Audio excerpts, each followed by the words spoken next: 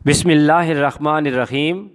اللہم صلی علی سیدنا و مولانا محمد وعلی آل سیدنا و مولانا محمد وبارک وسلم وصلی علیہ۔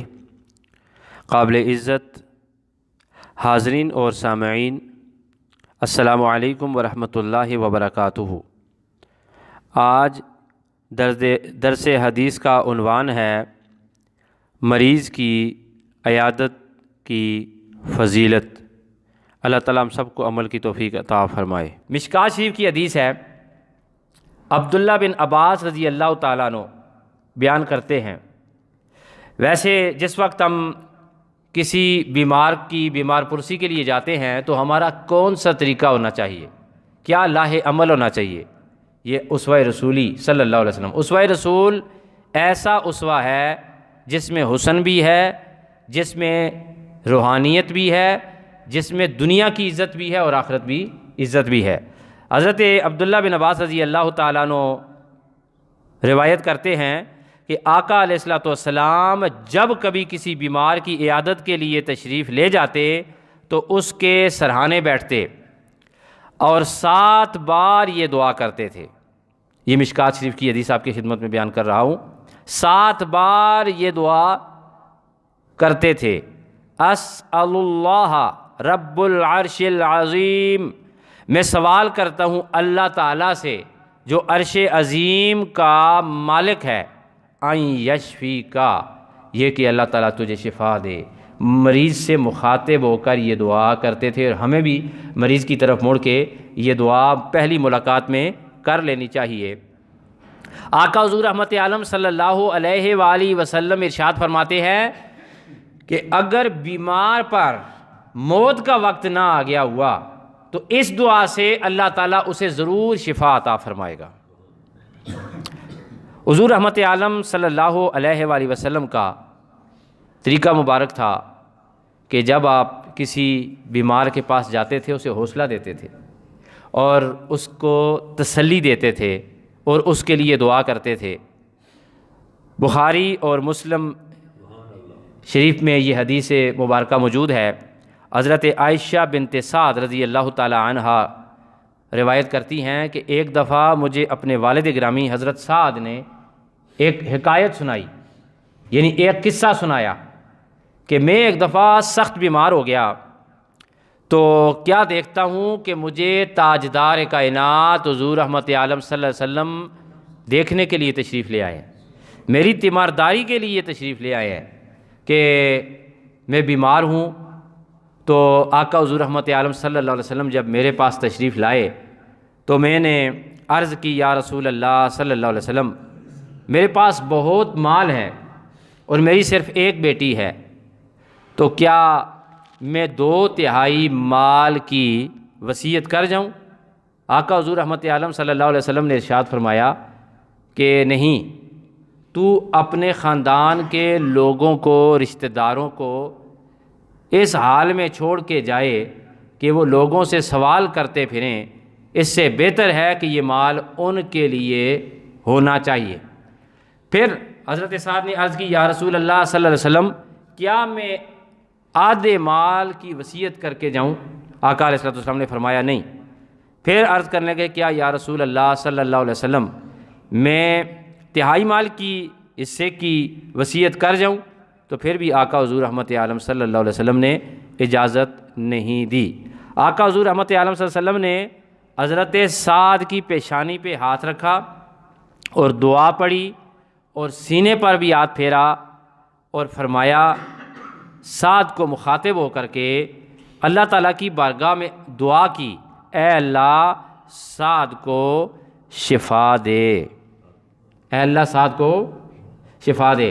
حضرت سعد نے بڑی لمبی عمر پائی اور کہتے ہیں کہ آقا علیہ الصلوۃ والسلام کے ہاتھ کی ٹھنڈک میں اپنے سینے میں آج بھی محسوس کر رہا ہوں۔ تو یہ آقا علیہ الصلوۃ والسلام کی زندگی کے وہ نقوش ہیں دوستو کہ جو ہمیں بھی اپنی زندگی میں چسپاں کر لینے چاہیے، نقش کر لینے چاہیے، اور ہم بھی اگر آقا علیہ الصلوۃ والسلام کے اسوہ حسنہ پہ عمل کریں تو دنیا اور آخرت کی کامیابی ہماری منتظر ہے۔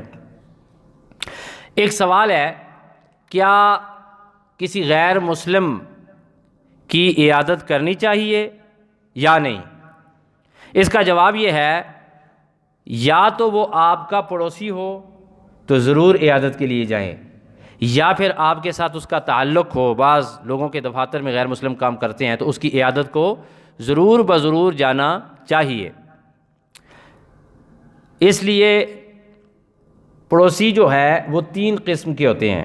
آقا علیہ الصلوۃ والسلام کی احادیث مبارکہ سے پڑوسیوں کی 3 قسمیں معلوم ہوتی ہیں۔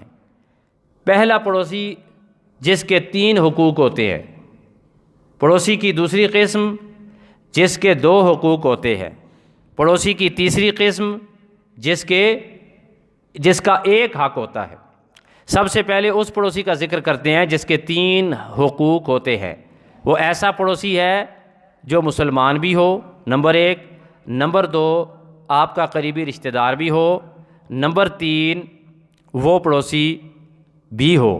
تو 3 حق ہیں، مسلمانی کا حق بھی ہے اس کا کہ وہ آپ کا مسلمان بھائی ہے، رشتہ دار ہے تو قریبی اقربا کا جو حق ہے وہ بھی ہے، اور جو بندہ اپنے کسی پڑوسی کی عیادت کے لیے جاتا ہے تو وہ 3 قسم کے ثواب پاتا ہے۔ مسلمان بھائی کا حق بھی وہ ادا کر لیتا ہے، قریبی رشتہ دار کا حق بھی وہ ادا کر لیتا ہے، اور وہ پڑوسی کا حق بھی ادا کر لیتا ہے۔ پڑوسی کی دوسری قسم ہوتی ہے جس کے 2 حقوق ہوتے ہیں، وہ مسلمان ہوتا ہے اور پڑوسی ہوتا ہے، رشتہ دار نہیں ہوتا۔ تو اس کے 2 حقوق ہیں، ایک مسلمان بھائی ہونے کے حوالے سے یا بہن ہونے کے حوالے سے، یا پھر پڑوسی ہونے کے حوالے سے۔ اور ایک تیسری قسم کا پڑوسی ہوتا ہے جو صرف پڑوسی ہوتا ہے، مسلمان نہیں ہوتا اور رشتہ دار بھی نہیں ہوتا۔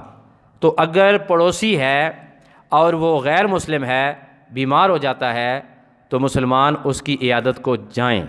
اگر آپ کے دفتر میں کام کرتا ہے یا قریبی تعلق ہے، بیمار ہو جاتا ہے تو پھر بھی اس کو آپ ضرور دیکھنے کے لیے جائیں۔ ہو سکتا ہے وہ آپ کے اخلاق سے آپ سے پوچھے گا، آپ مجھے دیکھنے کے لیے آئے ہیں، تو آپ ہو سکتا ہے جواب دیں جی یہ ہمارے پیارے نبی پاک صلی اللہ علیہ وسلم کی یہ تعلیم ہے، تو اس کے دل میں یہ بات بیٹھ جائے اور وہ مسلمان ہو جائے۔ تو اس نے اخلاق کا یہی مظاہرہ تمام لوگوں کے ساتھ کرنا چاہیے۔ آقا حضور رحمت عالم صلی اللہ علیہ وآلہ وسلم، یہ بخاری شریف کی حدیث ہے، آپ علیہ الصلوۃ والسلام کی خدمت ایک یہودی لڑکا کیا کرتا تھا۔ یہودی لڑکا آپ کی خدمت کیا کرتا تھا، وہ بیمار ہو گیا۔ جب بیمار ہوا تو دوستو آقا علیہ الصلوۃ والسلام اس کی عیادت کے لیے تشریف لے گئے۔ آپ اندازہ فرمائیں، تو آپ اس کے سرانے کھڑے ہو کے اس سے مخاطب ہو کے کہتے ہیں کہ آپ مسلمان ہو جاؤ، کلمہ قبول کر لو۔ وہ اپنے والد کو دیکھنے لگا، والد نے کہا ابو القاسم جو کہہ رہے ہیں وہ بات مان لو۔ پھر اس نے آقا علیہ الصلوۃ والسلام کی طرف دیکھا، پھر آقا علیہ الصلوۃ والسلام نے اس کو کہا، حکم فرمایا کہ اسلام قبول کر لو۔ تو اس نے پھر اپنے والد کو دیکھا، تیسری دفعہ بھی والد نے اسے کہا کہ ابو القاسم کی بات مان لو۔ عزیز دوستو، اس شخص کی قسمت جاگی اور اس کا جو اللہ تعالیٰ کے ہاں مسلمانوں میں نام لکھا ہوا تھا اس بچے کا، اور وہ مسلمان ہو گیا۔ اس نے پڑھا لا الہ الا اللہ محمد رسول اللہ، اور اس کے بعد اس کی روح پرواز کر گئی، یعنی وہ اللہ کو پیارا ہو گیا۔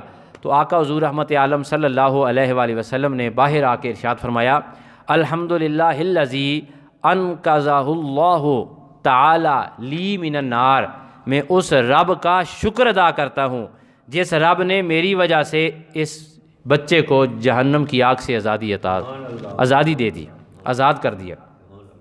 تو آقا علیہ الصلوۃ والسلام اب اس کے لیے تشریف لے گئے۔ تو ضرور بیمار پرسی کے لیے جانا چاہیے۔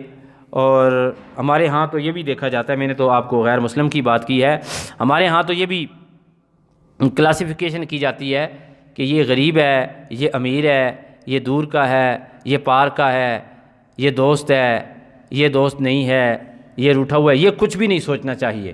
صرف اور صرف مسلمان اگر کوئی ہے تو مسلمان ہونے کے ناطے اس کو ضرور دیکھنے کے لیے جانا چاہیے۔ اگر کوئی اور حق ہے تو غیر مسلم کے ساتھ بھی یہی سلوک کرنا چاہیے۔ عزیز دوستو، جنت عطا ہوتی ہے دنیا کے اندر۔ ایک بندہ اپنے لیے جنت جس وقت بناتا ہے تو اللہ تعالیٰ کی رحمتیں نچھاور ہوتی ہیں۔ مسلم شریف کی حدیث ہے 6430 نمبر، حضرت ثوبان رضی اللہ تعالیٰ عنہ ارشاد فرماتے ہیں کہ نبی کریم صلی اللہ علیہ وآلہ وسلم نے ارشاد فرمایا کہ جو شخص اپنے کسی مسلمان بھائی کی عیادت کے لیے جاتا ہے، جو شخص اپنے کسی مسلمان کی عیادت کے لیے جاتا ہے تو واپس آنے تک وہ جنت کے باغ میں رہتا ہے۔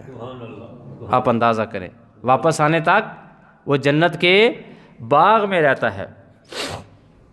یعنی ادھر سے وہ بندہ اپنے بھائی کی عیادت کے لیے گیا تو اللہ تعالیٰ نے اس کے قدم جنت کے اندر لکھ دیے، یعنی گویا کہ وہ بندہ اب مرے گا تو سیدھا جنت میں جائے گا اگر اس نے کوئی اور گناہ نہ کیا تو۔ عزیز دوستو،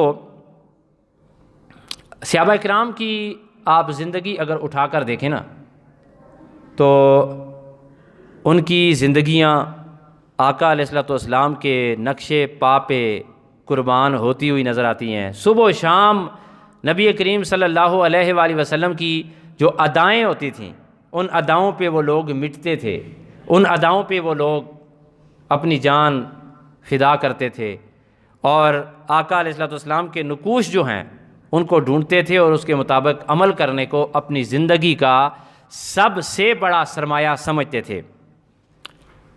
صحاح کی حدیث ہے، ابو داؤد شریف میں بھی موجود ہے، ایک دفعہ آقا علیہ الصلوۃ والسلام نے تمام صحابہ اکرام کو مخاطب کر کے فرمایا کہ تم میں سے وہ کون ہے جس نے آج نماز جنازہ میں شرکت کی ہے؟ کسی کے نماز جنازہ میں شرکت کی ہے، کسی کی نماز جنازہ میں شرکت کی ہے۔ کوئی تعین نہیں ہے، کوئی کلاسیفیکیشن نہیں ہے، کوئی تقسیم نہیں ہے۔ مسلمان بھائی، کسی بھی مسلمان بھائی کی نماز جنازہ میں شرکت کی، آقا علیہ الصلوۃ والسلام نے فرمایا۔ تو مجمع میں سے حضرت صدیق اکبر رضی اللہ تعالیٰ عنہ کھڑے ہوئے کہ یا رسول اللہ صلی اللہ علیہ وسلم، میں نے نماز جنازہ میں شرکت کی ہے۔ اس کے بعد حضرت صدیق اکبر بیٹھ جاتے ہیں۔ آقا حضور رحمت عالم صلی اللہ علیہ وسلم دوبارہ سوال کرتے ہیں، تم میں سے کون وہ شخص ہے جس نے آج کسی مسکین کو کھانا کھلایا ہے؟ پھر حضرت صدیق اکبر رضی اللہ تعالیٰ عنہ کھڑے ہوتے ہیں، یا رسول اللہ صلی اللہ علیہ وسلم، مجھے اللہ نے توفیق دی کہ آج میں نے مسکین کو کھانا کھلایا ہے۔ آقا حضور رحمت عالم صلی اللہ علیہ وآلہ وسلم دوبارہ سوال کرتے ہیں، تم میں سے وہ کون ہے جس کا آج روزہ ہے؟ دوبارہ صدیق اکبر رضی اللہ تعالیٰ عنہ کھڑے ہو جاتے ہیں، یا رسول اللہ صلی اللہ علیہ وآلہ وسلم، میں ہوں وہ شخص کہ جس نے آج نفلی روزہ رکھا ہوا ہے۔ پھر تاجدار کائنات صلی اللہ علیہ وآلہ وسلم مخاطب ہوتے ہیں اور فرماتے ہیں، کون ہے تم میں سے جس نے آج بیمار کی بیمار پرسی کی ہے؟ جس نے آج کسی مریض کی عیادت کی ہے وہ کون ہے؟ ایک بار پھر یہ تاج بھی حضرت صدیق اکبر کے سر سجتا ہے اور حضرت صدیق اکبر کھڑے ہوتے ہیں اور کہتے ہیں، یا رسول اللہ صلی اللہ علیہ وسلم، میں ہوں وہ جس نے آج مریض کی عیادت بھی کی ہے۔ آقا علیہ الصلوۃ والسلام فرماتے ہیں، یہ تمام چیزیں اس شخص میں جمع ہوتی ہیں جس کو اللہ تعالیٰ جنت میں بھیج دیتا ہے۔ جس کو اللہ تعالیٰ جنت میں بھیجتا ہے اس کے اندر یہ تمام چیزیں موجود ہوتی ہیں۔ تو دوستو، آج کے بعد تہیہ کر لینا چاہیے کہ کوئی بھوکا ہے۔ حضرت ابراہیم علیہ السلام تو ڈھونڈتے تھے کوئی مہمان مل جائے تو اس کے ساتھ کھانا کھائیں، ہے جی، مہمان کے بغیر کھانا نہیں کھاتے تھے۔ اور آپ اہل بیت کے اب قصے سنیں تو گھر کے اندر سے اٹھا کے روزہ کھولتے وقت جو کچھ ہوتا تھا سائل کو دے دیتے تھے۔ صحابہ اکرام کی زندگیاں بھی اسی طرح ہے۔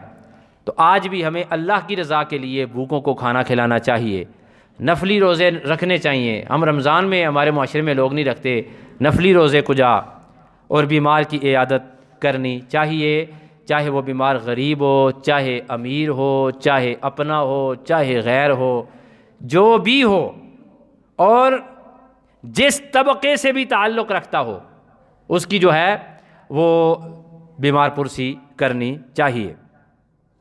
عزیز دوستو، آپ کا نصیب ہے، ابھی جو میں آپ کے سامنے حدیث بیان کرنے لگا ہوں، یہ ایمان کو تازگی بھی بخشتی ہے، دل کو ٹھنڈک بھی پہنچاتی ہے، اور اللہ تعالیٰ کا جو کرم آقا علیہ الصلوۃ والسلام کی امت پر ہے، اس کرم پہ قربان ہونے کو بھی دعوت دیتی ہے یہ حدیث، کہ انسان سوچتا ہے خدا کتنا کریم ہے، ایک حق ہے اللہ کا کہ کوئی بندہ اللہ تعالیٰ کا حق ادا کرتا ہے تو اللہ ثواب عطا فرماتا ہے، یہ حق اللہ کا ہو تو اللہ تعالیٰ ثواب عطا فرماتا ہے۔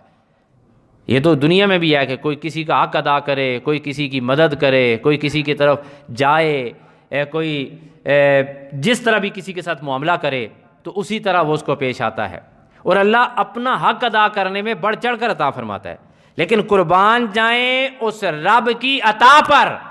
رب نے کہا ایک طرف میرے حقوق ہیں، تم جب میرے حقوق ادا کرتے ہو تو میں تمہیں ان حقوق کے بدلے میں بہت زیادہ اجر عطا کرتا ہوں، بڑا بدلہ دیتا ہوں۔ لیکن حقوق العباد بھی ہیں، تم میرے بندوں کے حقوق ادا کرتے ہو تو پھر بھی میں بڑھ چڑھ کر تمہیں اس کا اجر عطا فرماتا ہوں۔ یہ حق کس کا ہے جو اس حدیث میں بیان ہو رہا ہے؟ حق کسی مسلمان بھائی کا ادا ہو رہا ہے، لیکن خدا تعالیٰ کس انداز میں اس حق کی ادائیگی پر مسلمانوں پہ رحمت نازل فرما رہا ہے، مسلمانوں کو ثواب عطا فرما رہا ہے، ان مسلمانوں کی مدد کر رہا ہے، ان مسلمانوں کی تعریف کر رہا ہے اللہ تعالیٰ جو اپنے مسلمان بھائی کی عیادت کے لیے جا رہے ہیں۔ آپ اندازہ فرمائیں، حدیث سنیں، اور یہ حدیث موجود ہے مسلم شریف میں، بخاری شریف میں، ابو داؤد شریف میں، اور ترمذی شریف میں، اور بہت ساری دوسری کتب احادیث میں، کم از کم 20 سے زائد کتب احادیث میں یہ حدیث موجود ہے۔ تو میں جو آج آپ کے سامنے یہ حدیث بیان کر رہا ہوں، یہ حدیث ترمذی شریف کی ہے، اس کا نمبر ہے 7769۔ سنیں، حضرت مولا علی رضی اللہ تعالیٰ عنہ اس حدیث کے راوی ہیں کہ آقا حضور رحمت عالم صلی اللہ علیہ وآلہ وسلم نے فرمایا کہ تم میں سے کوئی شخص اپنے مسلمان بھائی کی عیادت یا زیارت کے لیے جائے،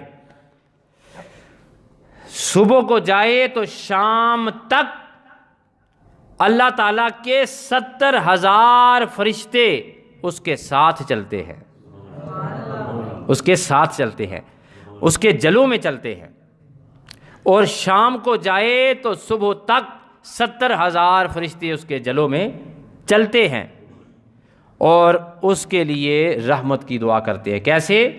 نبی کریم صلی اللہ علیہ وسلم ارشاد فرماتے ہیں کوئی بندہ صبح کے وقت جاتا ہے تو شام تک فرشتے اس کے لیے رحمت کی دعا کرتے ہیں، کوئی بندہ شام کو جاتا ہے تو صبح تک اس کے لیے رحمت کی دعا کرتے ہیں۔ آپ سوال کر سکتے ہیں کوئی دوپہر کو جائے تو پھر؟ تو اس حدیث کا مطلب یہ ہے اطلاق 24 گھنٹوں تک آتا ہے، بلکہ 12 گھنٹوں تک، تو مزید 12 گھنٹے اس کے لیے فرشتے کیا کرتے ہیں؟ دعا کرتے ہیں، رحمت کی دعا کرتے ہیں۔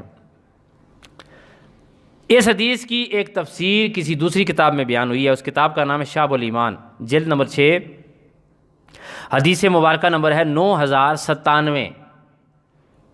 ہیں جی، آقا حضور رحمت عالم صلی اللہ علیہ وآلہ وسلم کی حدیث مبارکہ ہے کہ جو بندہ کسی مسلمان بھائی کی زیارت کے لیے جاتا ہے یا عیادت کے لیے جاتا ہے، اس کے جلوں میں 70,000 فرشتے چلتے ہیں۔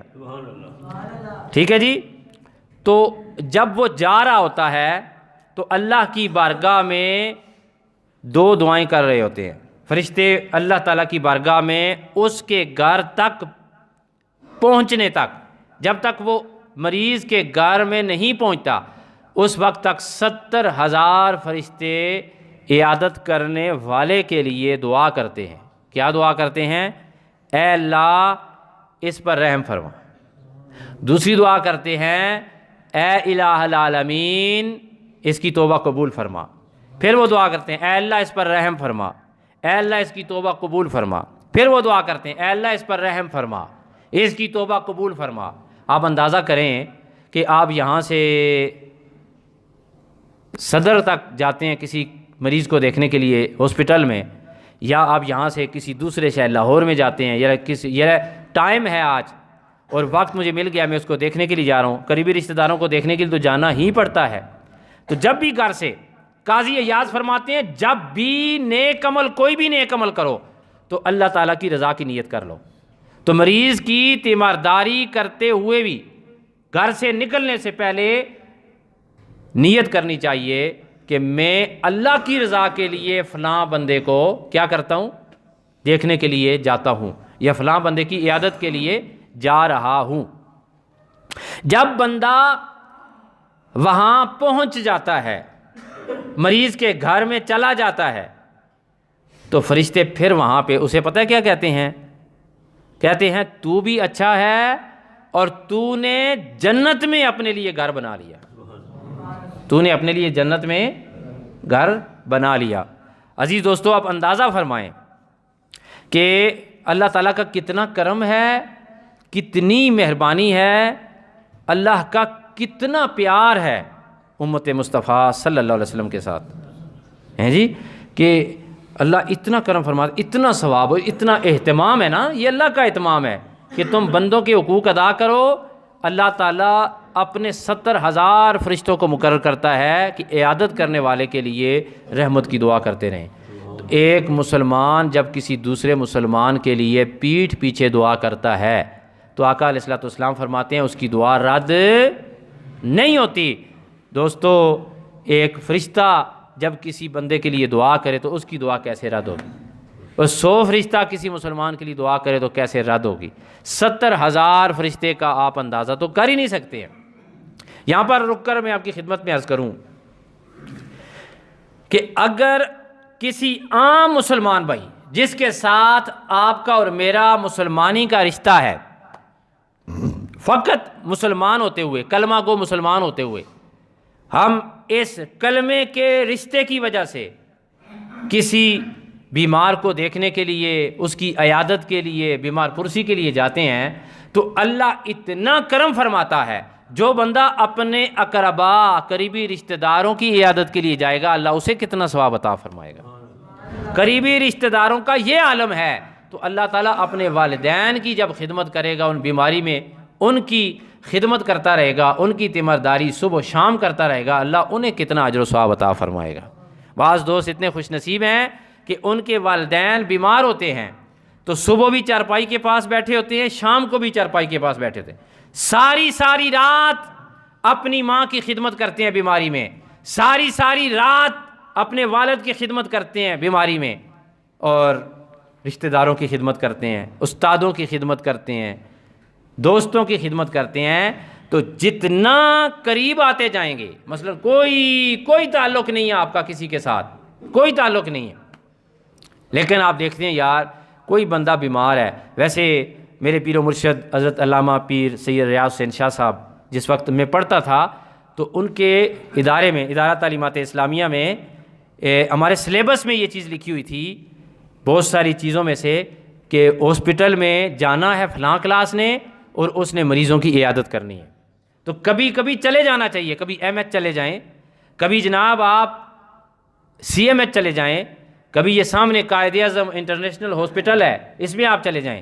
خدا کی قسم مریضوں کو دیکھ کے انسان کو عبرت ملتی ہے، مریضوں کو دیکھ کے خدا یاد آتا ہے۔ آپ ہاسپٹل میں جائیں، ایک وارڈ میں جائیں گے کسی کی ٹانگ کٹی ہوگی، دوسرے وارڈ میں جائیں گے کسی کی آنکھ پھوڑی ہوئی ہوگی، تیسرے وارڈ میں جائیں گے کوئی کس مرض میں مریض مبتلا ہے، کوئی کس مرض میں مبتلا ہے، تو اللہ یاد آتا ہے، ایمان تازہ ہوتا ہے، بندے کو شکر کرنے کا موقع ملتا ہے۔ تو ہاسپٹلز میں ویسے اپنے رشتہ داروں کو دیکھنے کے لیے نہیں جانا چاہیے، اپنی روحانیت کو تسکین دینے کے لیے اور ثواب کے لیے، یہ ایک مریض کا میں نے آپ کو ثواب بتایا ہے حدیث شریف میں، ایک مریض کو کوئی بندہ دیکھنے جاتا ہے تو اس کے لیے 70,000 فرشتے دعا کرتے ہیں۔ اور جو بندے جی کتنے کثرت سے، ویسے ایک بزرگ تھے تو ان کی یہ عادت تھی کہ وہ جب ہاسپٹل میں جاتے تھے تو اپنے مریض کو دیکھنے کے لیے، ہم تو جاتے ہیں نا جی، تو اپنے مریض کے پاس بیٹھتے ہیں، کیا حال ہے، خیریت ہے، ٹھیک ہے، پورا حال حوال پوچھتے ہیں۔ حال حوال پوچھنے کے بعد دوستو یہی ہوتا ہے نا، واپس ہم آ جاتے ہیں۔ ایسا ہی ہوتا ہے کہ نہیں ہوتا؟ کہ وہ بزرگوں کی عادت تھی کہ جب وہ ہاسپٹل میں کسی اپنے قریبی رشتہ دار کے لیے عیادت کے لیے جاتے تھے تو باقی وارڈوں میں پھر کے ہر مریض سے پوچھتے تھے تیرا کیا حال ہے، آپ کی کیا بیماری ہے، تیرا کیا حال ہے، آپ کی کیا بیماری ہے، تیرا کیا حال ہے، آپ کی کیا بیماری ہے، آپ کا کیا حال ہے، آپ کہاں سے آئے ہیں۔ سب کے پاس جاتے جتنا ان کے پاس وقت ہوتا، اور زیادہ سے زیادہ مریضوں کی وہ عیادت کرتے تھے۔ ان سے پوچھا گیا کہ آپ یہ سارے ہاسپٹل میں جناب پورا دورہ کر رہے ہوتے ہیں، کہنے لگے کہ نبی کریم صلی اللہ علیہ وسلم کی حدیث مبارکہ بھی ہے، سنت مبارکہ بھی ہے کہ مریض کی عیادت کرنے پر اللہ تعالیٰ کا وہ بندہ جب تک اس کی عیادت کرتا رہتا ہے واپس آنے تک وہ جنت کے باغوں میں پھر رہا ہوتا ہے۔ تو میں یہ چاہتا ہوں کہ مجھے اللہ تعالیٰ کی رضا بھی ملے اور ثواب بھی ملے، اور 70,000 فرشتہ جو ہے وہ دعا بھی کر رہا ہوتا ہے۔ اور ہو سکتا ہے کسی مریض کے سامنے آپ جائیں، آپ کا کوئی ایسا میٹھا بول جب آپ بولیں تو مریض کے دل پر لگ جائے اور وہ آپ کے لیے دعا کرے تو اس کی وہ دعا قبول ہو، دنیا میں بھی مسائل حل ہو جائیں اور آخرت کا بیڑا بھی پار ہو جائے جی۔ تو یہ آپس میں محبت ہے، آپس میں پیار ہے۔ تو آقا حضور رحمت عالم صلی اللہ علیہ وسلم کے جتنے امتی ہیں، تو یہ آج جتنے دوست آپ موجود ہیں حدیثوں کو سن رہے ہیں، یا انٹرنیٹ کے لیے جتنے دوست میری گفتگو کو پوری دنیا میں جہاں جہاں سن رہے ہیں، ان سب سے گزارش ہے کہ مسلمان ہوتے ہوئے، میں نے تو وہ حدیث بھی آپ کو سنائی کہ کافر ہو تو اس کی عیادت کے لیے بھی جاؤ تو اللہ تعالیٰ ثواب عطا فرمائے گا۔ آقا علیہ السلام تو یہودی بچے کی عیادت کے لیے بھی گئے، تو کوئی مسلمان ہو تو بیمار ہو ہم اس کی عیادت کے لیے نہ جائیں، یہ ہم نے اس مسلمان بھائی کا حق ادا نہیں کیا۔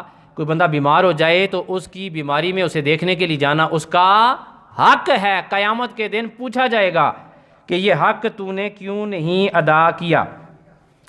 حاضرین محترم، میں نے عیادت کے لیے 12 اصول آپ کی خدمت میں بیان کرنے ہیں کہ 12 اصول ہیں، اور بھی ہو سکتے ہیں لیکن میری نظر میں یہ 12 اصول ہیں۔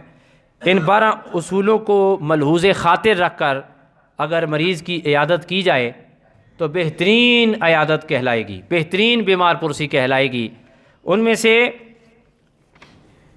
جو پہلا اصول ہے کہ اگر سن لیا ہے کہ فلاں شخص، فلاں مسلمان بھائی ہمارا بیمار ہے تو فوراً اس کی پیٹھ پیچھے اس کے لیے دعائے شفا کرنی چاہیے۔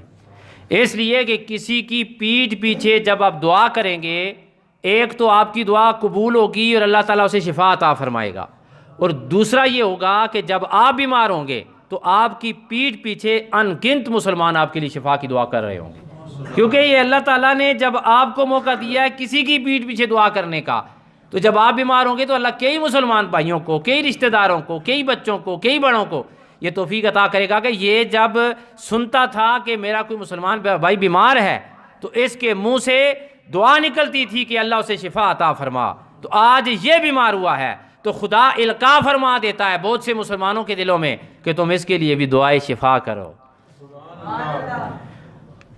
دوسرا اصول تیمارداری کا، اگر آپ کی اس مسلمان بھائی کے ساتھ ناراضگی ہے جو بیمار ہوا ہے تو بہت ہی نایاب موقع ہے، آپ اس کی تیمارداری کر کے ثواب بھی پا سکتے ہیں اور ناراضگی کو ختم کر کے ثواب کو دگنا بھی کر سکتے ہیں، اور اس کے دل میں موجود دشمنی کو بھی ختم کر سکتے ہیں۔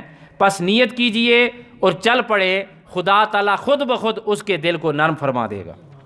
تیمارداری کا تیسرا اصول سن لیجئے اور نوٹ فرما لیجئے، فون کر کے تشریف لے جائیں۔ اچانک جانے سے اس کے آرام میں خلل پڑے گا، ہو سکتا ہے اس کی طبیعت اس وقت ملاقات کے لیے آمادہ نہ ہو۔ یہ قرآنی اصول عام دنوں میں، صحت کے دنوں میں مسلمان کے ساتھ ملاقات کرنے کا ہے کہ اس سے پہلے اجازت لے لیں، دروازہ کھٹکھٹانے کا مطلب یہی ہے کہ اطلاع دیں. تو آج کل تو فون ہے, فون کر کے پوچھیں ہم آپ کے گھر آ سکتے ہیں. یہ عام دنوں کا اصول ہے. تو بیماری کے ایام میں تو اس پر زیادہ عمل کرنا چاہیے. تیمارداری کا اصول نمبر 4, بیمار پرسی کے لیے جانے کا مطلب یہ نہیں ہے کہ آپ دوسرے کے گھر اس حالت میں جائیں کہ پوری فیملی ان کے سر پر جا کر بیٹھ جائے. جس طرح گاؤں سے بعض لوگ 4 دن کے لیے بیمار پرسی کے لیے نہیں آتے, لگتا ہے وہ اگلے کے گھر میں دھرنا دینے کے لیے آئے ہیں. تھوڑا سا ٹائم اس کے پاس گزاریں, چند منٹ, اور پھر واپس آ جائیں. یہی اسوہ رسول ہے صلی اللہ علیہ وسلم. آقا علیہ السلام تھوڑی دیر اگلے کے گھر میں رکتے تھے. ہمارے یہاں تو یقین کر میں نے بہت دیکھا ہے, یہی ہوتا ہے کہ جو بندہ بیمار ہوتا ہے تو جب سنتا ہے نا جی فلاں گاؤں والے بھی آ گئے ہیں, ڈیرا لے کر آ گئے ہیں, 2 دن تو وہ رکیں گے, ظاہر ہے. ایک بندہ ایبٹ آباد سے پنڈی آتا ہے, بجرخان سے پنڈی آتا ہے, لاہور سے پنڈی آ جاتے ہیں. بھئی اس طرح آئیں کہ اگلے بندے کو تکلیف نہ ہو. اگلا بندہ لینڈ لارڈ ہو, اس کے پاس بڑے بڑے لاڈجز ہوں, رہنے کے لیے مہمان خانے ہوں, لنگر خانہ ہو, سب کچھ ہو, پھر تو آپ رہیں آ کر مہینہ. لیکن آج کل ہر بندے کے پاس وقت بھی نہیں ہے, حالات بھی نہیں ہے. فون پر پوچھ لیں, یہی کافی ہے. اگر آ نہیں سکتے, تیمارداری کا مطلب ہوتا ہے اگلے کا حوصلہ بندھانا, اگلے بندے کی پریشانی ختم کرنا. یہ نہیں ہوتا کہ اس کے گھر میں دھرنا دینا. تیمارداری کا اصول نمبر 5, بیمار پرسی کے لیے جانے والے اکثر لوگ حکیمی اور طبی نسخے بھی بتاتے ہیں. اپنی بیماری کا تجربہ اور ٹوٹکے سے علاج بتاتے ہوئے فخر محسوس کرتے ہیں. یہ جہالت ہے, اس سے پرہیز کریں. ڈاکٹر موجود ہیں, ان کو چاہیے کہ وہ ڈاکٹر سے وہ علاج کرا رہے ہیں. ہو سکتا ہے آپ نے جو اپنے اوپر نسخہ استعمال کیا وہ آپ کی طبیعت کے موافق ہو. ہر ایک کو نسخے, اللہ تعالیٰ ہم سب کو عمل کی توفیق عطا فرمائے. اصول نمبر 6, بیمار پرسی کا اصول نمبر 6, بیمار پرسی کے لیے جائیے مگر اس بیمار کا دل تو نہ توڑیے. بعض اچھے بھلے صحت مند انسان کو معمولی بیمار انسان کو اچھا بھلا بیمار کر کے آ جاتے ہیں. ایسا ہوتا ہے کہ نہیں ہوتا؟ کہتے ہیں ہو آپ تو بڑے کمزور ہو گئے ہیں جی, آپ کا رنگ پیلا پڑ گیا ہے, اوئے ہوئے ہوئے آپ تو نہیں ٹھیک ہو سکتے. ایسے جاہل لوگ اور ہماری جاہل بہنیں بھی موجود ہیں. اگلے اچھے بھلے انسان کو وہ اگلا بندہ احساس کمتری کا شکار ہو جاتا ہے, وہ سوچتا ہے واقعی میں بیمار ہوں. اچھا بھلا انسان ان سوچوں سے بیمار ہو جاتا ہے. آقا علیہ السلام کی حدیث مبارکہ ہے, جب آپ کسی بیمار کے پاس جاتے تھے اسے کہتے تھے اللہ تجھے شفا عطا فرمائے گا, ہیں جی, اور تو بالکل ٹھیک ہو جائے گا, اور بڑے اچھے لگ رہے ہو. یہ نہیں کہنا چاہیے کہ تو جناب بس گیا اور گیا. تیمارداری کا اصول نمبر 7, بیمار کا حوصلہ افزائی کریں, بیمار کی حوصلہ افزائی کریں. آج آپ اچھے لگ رہے ہیں ماشاءاللہ, اللہ تعالیٰ آپ کو صحت عطا فرمائے گا. یہ سنت مبارکہ ہے. بیمار پرسی کا اصول نمبر 8, بعض لوگوں کی عادت ہوتی ہے کہ جاتے ہی گلہ شکوہ شروع کر دیتے ہیں. دیکھنا تو جب میں بیمار ہوا تھا تو تجھے نہیں توفیق ملی دیکھ کر آنے کی, تیرے قدم تو نہیں ہلے, تیرے دل میں تو بغض تھا, اور میں دیکھ تیرے لیے آ گیا ہوں. کیا ضرورت ہے کسی کی شکوہ کرنے کی؟ آپ اس کے لیے گئے ہیں, آپ اس کو شکوہ دینے کے لیے گئے ہیں, آپ اس کا دل دکھانے کے لیے گئے ہیں, یا اس کا حوصلہ بڑھانے کے لیے گئے ہیں؟ آپ محض اللہ تعالیٰ کی رضا کے لیے گئے ہیں اور اس پر دست شفقت رکھنے کے لیے گئے ہیں. گلہ شکوہ کر کے بڑا سارا انسان اتنا سا ہو جاتا ہے. کیا ضرورت ہے گلہ شکوہ کرنے؟ اتنا سا لگتا ہے بندہ. اپنے آپ کو بڑا کیجئے, اپنا دل بڑا کیجئے. ایک انڈیا کے مولوی صاحب کہتے ہیں اپنے دل کو سمندر کی طرح کیجئے کہ پہاڑ بھی چلا جائے تو پتہ نہ چلے. سبحان اللہ ہے جی. تیمارداری کا اصول نمبر 9, جب بھی جائیں ساتھ کچھ لے جائیں اگر توفیق ہو تو. بھائی 6 انڈے لے جائیں, 12 انڈے لے جائیں, کوئی چیز لے جائیں, اور اگر کچھ بھی نہیں ہے تو 100 روپیہ 50 روپیہ اس کو دے آئیں. بیماری میں علاج ہوتا ہے, یہ آپ کی طرف سے حوصلہ افزائی ہوتی ہے. ضرور 10-20 روپے بھی دے دیں, یہ بھی اس کو حوصلہ افزائی ہے. اگر کچھ بھی نہ ہو تو آپ چلے جائیں, یہ بھی بڑی بات ہے. تیمارداری کا اصول نمبر 10, مریض کے پاس جا کر اس کو کہیں کہ وہ آپ کے لیے دعا کرے. ابن ماجہ شریف کی حدیث ہے, حضرت ابن عباس رضی اللہ تعالیٰ عنہ بیان کرتے ہیں کہ جب تم کسی مریض کے پاس جاؤ تو اس سے کہہ دو کہ وہ تمہارے لیے دعا کرے, اس لیے کہ اس کی دعا اس وقت فرشتوں کی دعا کی طرح ہوتی ہے, ضرور قبول ہوتی ہے. بیمار پرسی کا اصول نمبر 11, باوضو ہو کر جائیں۔ ابو داؤد شریف کی حدیث نمبر 3099 ہے۔ آقا حضور رحمت عالم صلی اللہ علیہ وسلم کے صحابی حضرت انس رضی اللہ تعالیٰ عنہ راوی ہیں، نبی کریم صلی اللہ علیہ وسلم ارشاد فرماتے ہیں کہ جس نے اچھی طرح وضو کیا اور اللہ تعالیٰ کی بارگاہ سے اجر و ثواب کی نیت سے وہ اپنے بھائی کی عیادت کے لیے گیا تو اسے جہنم سے 70 برس کی مسافت کے برابر دور کر دیا جاتا ہے۔ سبحان اللہ۔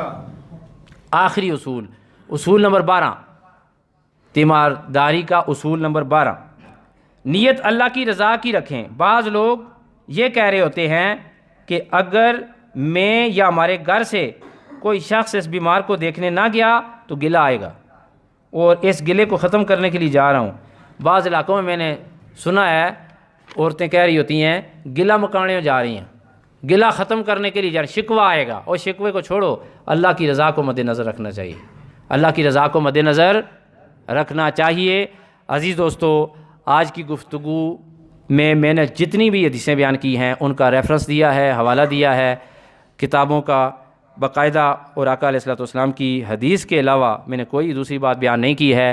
تو اللہ تعالیٰ جس نے سنا ان سب کو عمل کی توفیق عطا فرمائے۔ تو جو نہیں سن سکے وہ یوٹیوب پر میرا یہ آج کا خطاب انشاءاللہ جمعے کے بعد لگ جائے گا، آپ وہاں سے سن سکتے ہیں۔ اللہ مجھے اور آپ کو عمل کی توفیق عطا فرمائے۔ وما علینا الا البلاغ۔